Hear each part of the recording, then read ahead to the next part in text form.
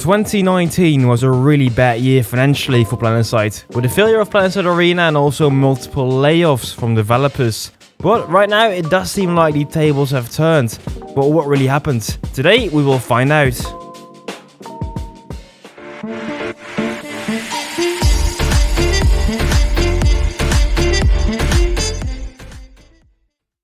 Ladies and gentlemen, welcome back to the channel. I'm your host Fabian as usual, and today we are talking about the financial position of RPG, also known as Rogue Planet Games. When the whole shift was announced to RPG from Daybreak Games, well, me and other people like crazy talked about the subject, because, well, there were quite some implications as well financially. Before the Planetside 2 team was pretty small. I think there were 6 to 7 developers working on Planetside 2 full time. But then we got RPG, and those were around 30 people working on Planetside 2. In the video I mentioned, we did some calculations and we saw that just to pay the salaries on average, they had to make a minimum of 1.5 million every year. And for a small niche game such as Planetside 2, I thought that was quite some money. Anyway, right now they had their first big update, and I think it's time to make up the balance. So what is happening right now and what can we expect for the future? Before I start making any wild assumptions, let me go back to the reason why I made this video specifically. The whole topic actually came up from a Reddit post posted by Mr. QWERTY_1236 just one day ago. And he basically asked, so how much money have you spent on Planetside including memberships? So for anyone that has not played Planetside 2 or doesn't know how it actually works monetarily, well, Planetside 2 is a free-to-play game. Like with many free-to-play games, Planetside 2 tries to make money using microtransactions, but also the infamous loot boxes to some extent with the implant system. Furthermore, they also make use of the membership system. That membership system works a little bit like you might expect from something like World of Warcraft. The only difference right now is that you can play Planetside 2 completely free, but the membership system does offer some nice bonuses. Having said all of that, you can play Planetside 2 fine without paying a dime. But this game has been running for almost 8 years now, so we're kind of curious how much money people have spent on the game so far in those 8 years combined. Luckily for us, there was a massive response to the poll asked on Reddit. Over 2,000 players actually put in their amount of money spent on Planetside 2. The response from over 2,000 players does give us a nice overview for the average player spends on the game. However, do keep in mind though that all the response came from votes on the Reddit page for Planetside 2. So all the people that filled in this poll actually are probably somewhat more hardcore followers or fans of the franchise. So do keep that into account. Let's talk about the numbers though. So the first big bar you see is the $0 to $25, and we see 907 votes, so it's almost 50%. But again though, I'm not really surprised. The majority of players in a free-to-play game doesn't spend a single dollar on that specific game. That is not really surprising because, well, Planetside 2 and every free-to-play game is rather accessible to a large group of players, so also players with a low income. And therefore, if they don't have the money or they don't want to spend the money, they can just play the game freely, no questions asked. Then we go to the second group with 333 votes, and that is 26 to 75 US dollar. That was also by any chance my vote. I spent exactly 75 US dollars on this game so far, and I think that's a pretty fair price for a game like Planetside 2.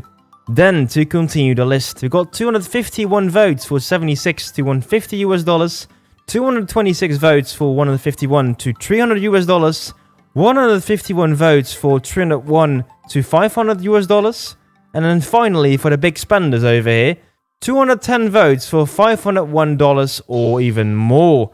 And that's still more than 10%, so that's pretty impressive. Now you might be asking yourself, Faber, why does it even matter this? This can be all your spendings in year 1 of Planetside 2, and it tells us nothing about the recent spendings since the Escalation update. Luckily though, there is a comment section on Reddit as well, and over there they spill the real tea. We got a reply from a developer on the thread, and not just a single developer, no, we're talking about Andy Sides, head of RPG.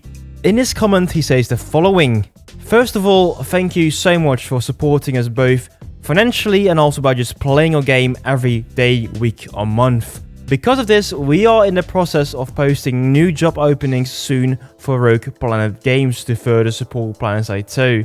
Seriously, I can't begin to thank you all enough. Especially his second sentence talking about, well, we are in the process of posting new job openings.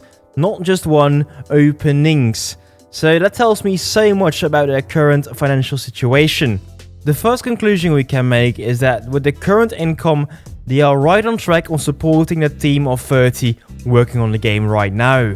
It seems like RPG is financially healthy and pretty stable, which is of course a good thing.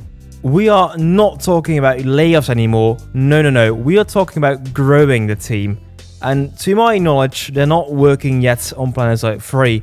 So that means that everyone that works at RPG is right now focusing on improving the current game. That can be in various ways, but the first big thing we have seen, of course, are the Bastion fleet carriers. Additionally, I do have to mention the following. As you guys might know, we are currently living in a crazy world. COVID-19 or Corona has the world in a firm grasp. Millions and millions and millions of people are losing their jobs worldwide. And especially in these times, so many things are uncertain. The main headquarters of RPG, Daybreak Studios in San Diego, is currently closed due to Corona, and all the employees are working from home. And what to me is the main takeaway is that even in those uncertain times, there is so much hope, or actually so much belief, in the potential of the Planetside franchise, so any site is willing to take the risk to hire new people right now. And I do know, of course, that the gaming industry is different from the other industries in the world.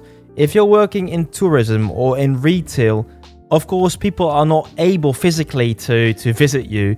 But if you're living in a virtual world of Orexis, of course, you're always available. If the Emerald server doesn't crash anymore, that is. But anyway, Planetside 2 will be there for you even in those sick times like with Corona right now. Anyway, I do think it's a good sign from any sides that he's willing to take the risk at least. That is my main takeaway from this.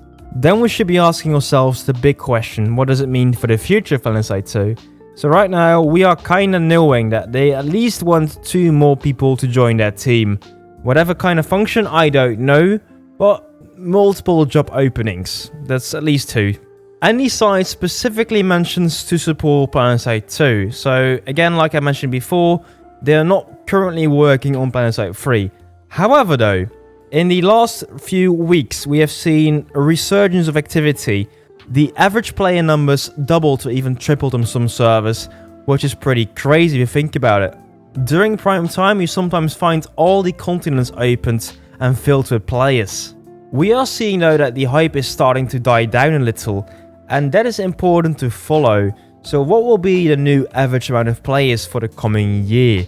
And that will be crucial for decisions being made on a potential Planetside 3. To keep players interested in coming back to the game, Planetside 2 team wants to make multiple big updates coming and following soon after each other, and that is what keeps the interest high, at least that's the hopes. If they are able to keep up something like this, around 10,000 players on average, that would be wonderful, because that would actually allow them to take another risk, hiring more developers and starting to create actually a complete new game again, and not like Planetside Arena. Anyways, those are of course very rough speculations and assumptions from my side. The only thing what I want to give right now is that there are quite some surprising elements that show a positive trend upwards for Planetside 2. Or well, at least from a financial point of view. Now I would love to know what you have spent personally on the game. Have you spent also, like me, around $75 on the game? Have you spent nothing on Planetside 2? Or are you one of those big spenders spending more than $500 on the game? Let me know in the comments down below, and of course, tell me how long you've been playing the game as well, because those things are pretty interesting to me as well. Furthermore, ladies and gentlemen, if you like this kind of content, do not forget to press the thumbs up button, and of course, if you want to see more like this in the future, do press that big red subscribe button as well. For example, you can expect a video soon talking about the community smash. Anyway, ladies and gentlemen, that is me, that is Faber1, and we'll see you soon with some more content.